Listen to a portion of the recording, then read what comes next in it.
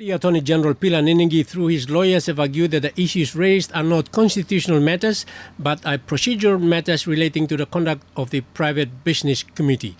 Most of the issues have been settled by the Speaker by allowing dissent to take place. In total, it raised 7 grounds.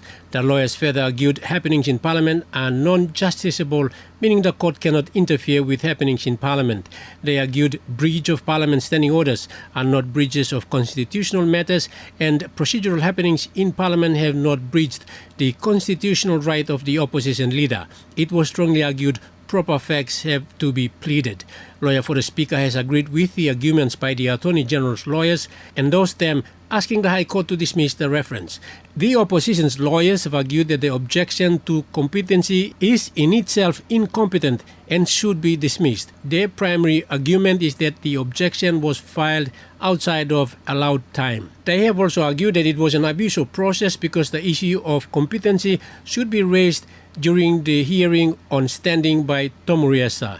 That had passed. The opposition's lawyers have also argued the objection was incompetent because it was an amended objection and leave was not granted to amend the application before moving it today. There has also been arguments advanced for lawyers failing to be models in litigation, complying with orders and not frustrating or delaying the process. This has sparked a few personal words against lawyers at the bar after the session. All parties now await the ruling of the High Court whether the reference should be dismissed or not.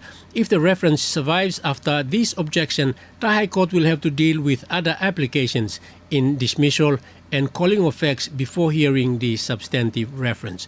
Outside of court, the opposition are adamant they will survive the first hurdle, and the Attorney General Pilanengi also has the same vigor. He says it's only preliminary matters. Elias Nanau, NBC National News, Port Moresby.